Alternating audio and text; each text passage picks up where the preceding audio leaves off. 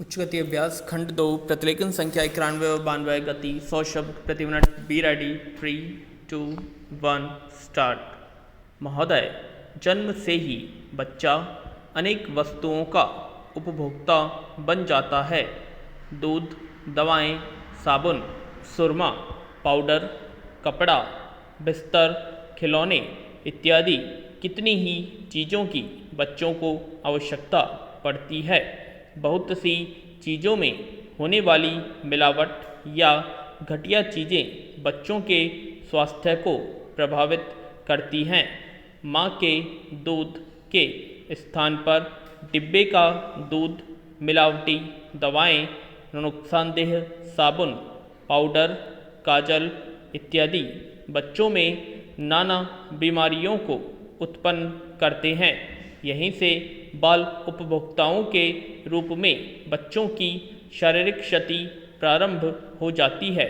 बच्चे ज्यों ही चलना सीखते हैं, उनके कदम टॉफ़ी, आइसक्रीम, इमली, चूरन इत्यादि खरीदने के लिए घर से बाहर निकलने लगते हैं।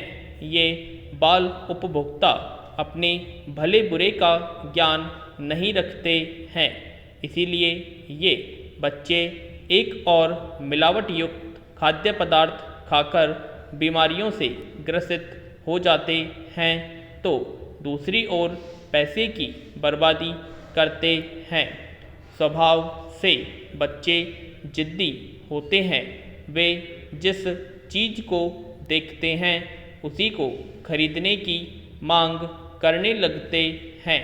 कोई भी फेरी वाला, ठेले वाला घर के आगे से गुजरते ही वे उस वस्तु को खरीदने की जिद करने लगते हैं, भले ही वह वस्तु उनके मतलब की हो या नहीं।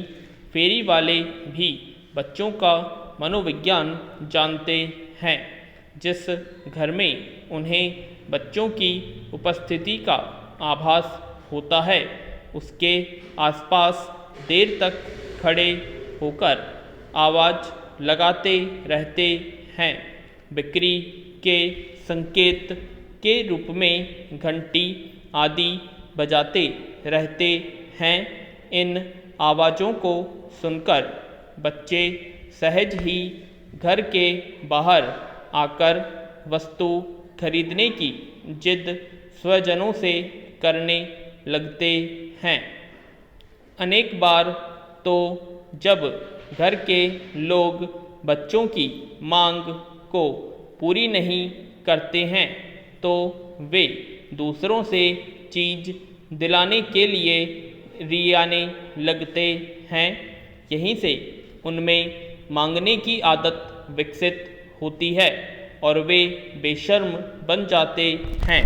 पैरा मेलों, ठेलों या हाट बाज़ारों में बच्चे प्राय हर वस्तु खरीदने की इच्छा जाहिर करते हैं। कभी कभी तो वे फैल भी जाते हैं। ऐसे में मजबूर होकर अभिभावकों को शर्म के कारण वस्तु दिलानी पड़ती है। दुकानदार बच्चों की जिद का फ़ायदा उठाकर मुँह मांगे दाम वसूल करते हैं। मेलों में बच्चे प्राय एक खिलौना लेने के बाद दूसरे खिलौने की और दूसरे के बाद तीसरे खिलौने की मांग करने लगते हैं। बच्चों की ऐसी हरकत पर माँ बाप को भी गुस्सा बहुत आता है, पर वे विवश होते हैं। बाजार में हंसी भी नहीं करा सकते, इसलिए जानकर भी ठगे जाते हैं। छोटे बच्चों को जैसे ही कागज़ और नोट में भेद करना आ जाता है, वे नोट देखते ही चीज़ खरीदने चल देते हैं। आइसक्रीम, बुढ़िया के बाल या चूरन इमली वाले की आवाज़ सुनते ही पैसे या नोट लेकर दरवाजे के बाहर आ जाते हैं। उन्हें न तो यह ज्ञान होता है कि यह 5-10 पैसे का सिक्का है और न ही वे जानते हैं कि नोट कितने का है। उन्हें तो यह हाथ का पैसा या नोट देकर चीज चाहिए। पैरा। श्रीमती नीरा एरन ने बताया कि उनका बेटा बंटी फेरी वाले की आवाज़ सुनते ही रोने और मचलने लगता है। आखिर उसकी जिद पूरी की जाती है।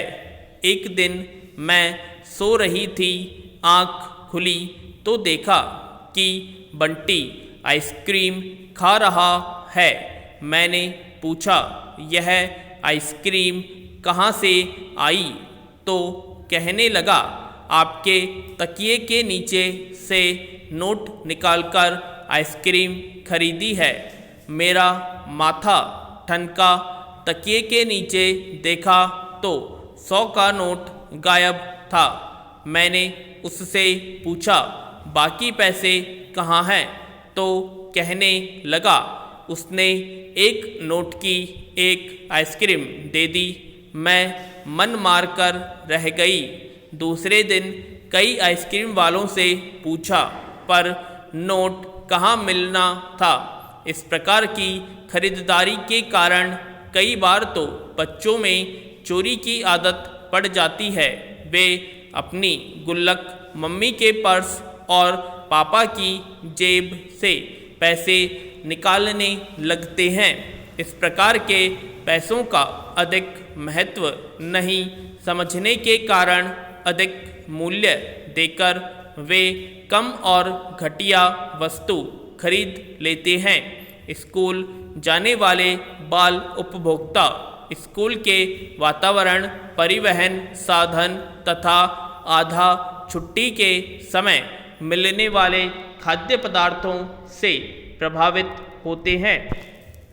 स्कूल में पूरी फीस देने के बाद भी यदि बच्चों को हवा, प्रकाश, जन प्रसाधन और स्वच्छ वातावरण नहीं मिलता है तो वे स्वाभाविक ही शोषण के शिकार बन जाते हैं। स्कूल बस या रिक्शे में बच्चों को भेड़ बकरियों की तरह यदि ठूंस कर भरा जाता है तो इसका भी बच्चों पर बुरा प्रभाव पड़ता है।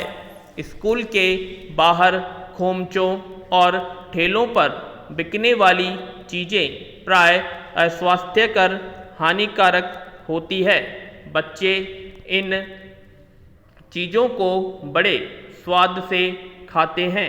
वे नहीं जानते कि मीठी इमली, चुस्की, आइसक्रीम, मिठाई, चाट पकौड़ी, चूरन इत्यादि में कृत्रिम हानिकारक रंगों तथा अखाद्य पदार्थों की मिलावट की गई है। इन्हीं से बच्चे को खाद्य विषाक्तता होती है।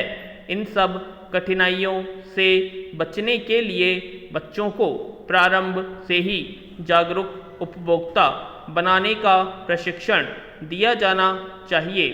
आज के आर्थिक उपभोक्तावादी संस्कृति के युग में बच्चों को खरीदारी से वंचित नहीं रखा जा सकता। इसलिए बच्चों को पैसे का महत्व समझते हुए सही खरीदारी का व्यवहारिक ज्ञान कराना चाहिए। मेलों और बाजारों में बच्चों को ले जाते समय उनको पहले ही समझाकर ले जाना चाहिए। उनके मांगने से पहले ही उनके मतलब की कोई चीज़ उन्हें दिला देनी चाहिए। इससे उन्हें कुछ संतोष मिलता है। विज्ञापन विक्रय कला के भ्रमजाल में न फंसने की भी हिदायत उन्हें समय समय पर देते रहना चाहिए। विश्वास की जगह से वस्तु खरीदने और फेरी वालों की ठगी से बचने की बात बच्चों के मन में बैठा देनी चाहिए। रुपए पैसे की पहचान के साथ साथ सही नापतोल का ज्ञान भी बच्चों को कराना चाहिए। कुशल बाल उपभोक्ता ही भविष्य में अच्छे खरीदार सिद्ध हो सकते हैं। विराम।